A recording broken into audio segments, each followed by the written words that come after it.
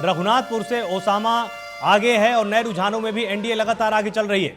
आपको बताएं कि लखीसराय विधानसभा से विजय सिन्हा आगे हो चुके हैं, पूर्णिया से लेसी सिंह पीछे हैं और तारापुर विधानसभा से सम्राट चौधरी आगे हैं। रघुनाथपुर से ओसामा आगे हैं और छपरा से खेसारी लाल यादव आगे हैं। मोकामा विधानसभा सीट से अनंत सिंह आगे हैं और जेडीयू के उम्मीदवार हैं। वहीं महुआ सीट से तेज प्रताप आगे चल रहे हैं। तो बिहार चुनाव में फिर से एक नया रुझान सामने आया है, जिसमें एनडीए ने अपनी बढ़त को लगातार बना रखा है। तो गोविंद जी, जिस तरह से लगातार एनडीए की बढ़त कायम है और विजय सिन्हा जी की सीट ही सबसे ज्यादा फंसती हुई नजर आ रही, क्योंकि तेजस्वी यादव ने अच्छा खासा मार्जिन बना रखा है, सम्राट चौधरी भी काफी आगे चल रहे हैं, लेकिन विजय सिन्हा जिस तरह से अपनी सीट को लेकर थोड़े आशंकित भी लग रहे हैं। अभी थोड़ी देर पहले मंदिर में भी थी, पूजा पाठ भी कर रहे थे, उसकी तस्वीरें भी हमने दिखाई थी। क्या लगता है आपको?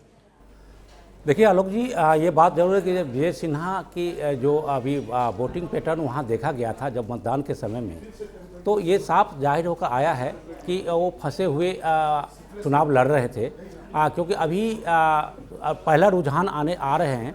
तो ऐसे में बैलेट को लेकर ही आप बात करें और अब कुछ समय में आपके नए जो रुझान आएंगे उसके बाद देखा जा सकता है। फिलहाल अभी क्योंकि ये पहले रुझान है, उसके हिसाब से अगर देखा जाए तो पहली बार उन्होंने थोड़ी सी आगे बढ़त ली है।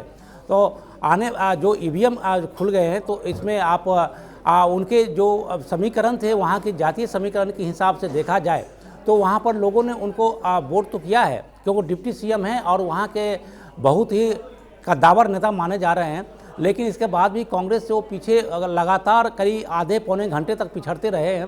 तो इसका ये मतलब नहीं है कि अभी आगे क्या होगा, क्योंकि ये वोटों गिनती शुरू हो चुकी है और ऐसे में वो कभी भी कई राउंड 14 राउंड की यहाँ पर वोट गिनती होगी, तो उसमें कभी आगे कभी पीछे होते रहेंगे। लेकिन अभी भी मैं ये कह रहा हूँ कि जिस तरह से वोटिंग पैटर्न हुए हैं, जो खबरें हैं, जो सभी सर्वे में आए हुए हैं, ऐसे में नहीं कह सकते कि अभी वो तुरंत आगे निकल गए हैं तो आगे क्या होगा। लेकिन हाँ, दूसरे बड़े नेता जो है जिस पर कि दाव लगाया था सभी पार्टियों ने, वो लगभग अपने अपने क्षेत्रों में आगे चल रहे हैं।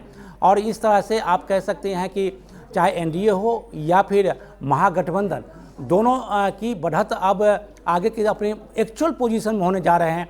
तो आप देखें कि अभी भी एनडीए काफ़ी आगे है और महागठबंधन उससे थोड़ी सी पीछे पीछे धीरे धीरे आगे बढ़ती चली जा रही है। तो जनता का मत अब वहाँ पर